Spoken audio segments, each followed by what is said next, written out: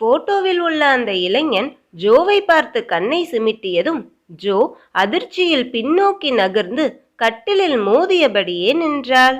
மீண்டும் அந்த போட்டோவை உற்று பார்த்தாள் ஜோ. அப்போதும் எந்த அசைவும் அந்த போட்டோவில் தெரியவில்லை. கண்ணை சிமிட்டியது உண்மைதானா என அவளுக்கே குழப்பமாக இருந்தது. இருப்பினும் அந்த போட்டோவிற்கருகே நிற்காமல் நகர்ந்து கட்டிலுக்கு வந்து படுத்து கொண்டாள்.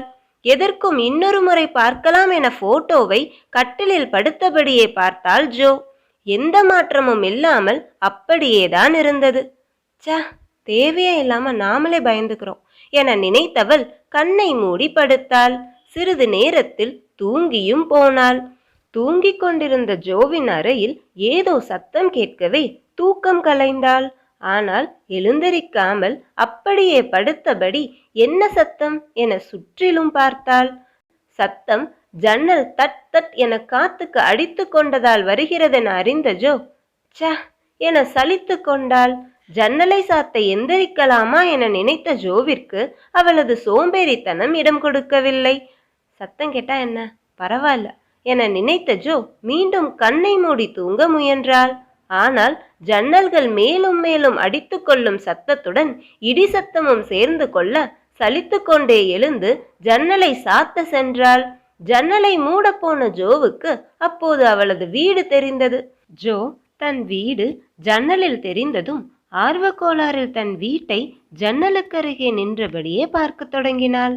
அந்நேரத்தில் காற்றுக்கு அவள் வீட்டில் இருந்த மரங்கள் அழகாக அசைவதும் மெல்லிய சாரல் மலையும் ஜோவிற்கு உற்சாகத்தை தந்தது. அதனை ரசித்தபடியே நின்ற ஜோவுக்கு அவள் வீட்டின் பின்புறம் இருந்த சுடுகாட்டின் ஒரு பகுதியும் அதிலிருந்து சிதிலமடைந்த சமாதி ஒன்றும் தெரிந்தது.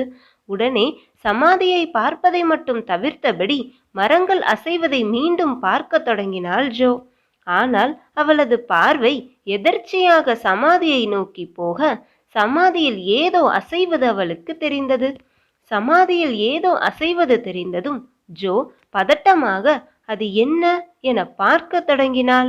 ஆனால் அங்கே இருந்த இருளில் எதுவும் சரியாக தெரியவில்லை என்றாலும் சமாதியின் மேலே யாரோ அமர்ந்திருப்பது போல மட்டும் ஜோவிற்கு தெரிந்தது. ஜோ பயத்தில் உண்மையில் யாராவது அங்கே உட்கார்ந்திருக்கிறார்களா என உற்று பார்க்க தொடங்கினாள். ஆனால் அந்த பகுதியில் இருள் மட்டும் சூழ்ந்திருந்ததால் அங்கே யாராவது உட்கார்ந்துள்ளனரா என ஜோவினால் சரியாக அறிய முடியவில்லை. என்னவா இருந்தா நமக்கு என்ன, எதுக்கு நமக்கு வீண் வம்பு என நினைத்து கொண்டு ஜன்னலை சாத்த கையை கொண்டு போனபோது சரியாக மின்னல் ஒன்று வெட்டியது. அந்த வெளிச்சத்தில் சமாதியின் மேலே உண்மையிலேயே யாரோ ஒருவர் அமர்ந்திருப்பது ஜோவிற்கு தெரிந்தது. சமாதியின் மேலே யாரோ உட்கார்ந்திருப்பது ஜோவிற்கு தெரிந்ததும் பயத்தில் அவளது கைகள் உதறலெடுக்க தொடங்கின. ஆனால் உட்கார்ந்திருக்கும் அவ்வுருவம் பின்னால் திரும்பிய நிலையில் உட்கார்ந்திருந்ததால் அது யார் என ஜோவிற்கு தெரியவில்லை. யாரோ அல்லது ஏதோ, இதுக்கு மேல அங்க பாக்குறது அவ்வளோ நல்லதில்ல என உணர்ந்த ஜோ ஜன்னலை சாத்த கையை கொண்டு போனாள். அதே சமயம் மறுபடியும் மின்னல் வெட்டவே அங்கு உட்கார்ந்திருந்த உருவம் எழுந்து சற்று தள்ளி நிற்பது தெரிந்தது. அந்த உருவம் நிற்பதை பார்த்ததும் ஜோ நடுங்கியபடியே அதை பார்த்தாள். அது நின்றிருந்த இடத்தில் சற்று வெளிச்சம் இருந்ததால் அவ்வுருவம் இப்பொழுது தெளிவாக தெரிந்தது.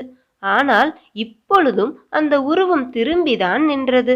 அதன் முதுகுப்புறம் முழுவதும் மண் அப்பி காணப்பட்டது. ஜோவின் அடிமனம் போதும், ஜன்னலை சாத்து என எச்சரிக்கவே ஜன்னலை வேகமாக சாத்த தொடங்கினாள் ஜோ. ஒரு பக்க ஜன்னலை சாத்தியவள் மறுபக்க ஜன்னலை சாத்த கை கொண்டு போனபோது அவ்வுருவம் சரியாக திரும்பியது. இப்போது உருவத்தின் முகம் ஜோவுக்கு தெளிவாக தெரிந்தது.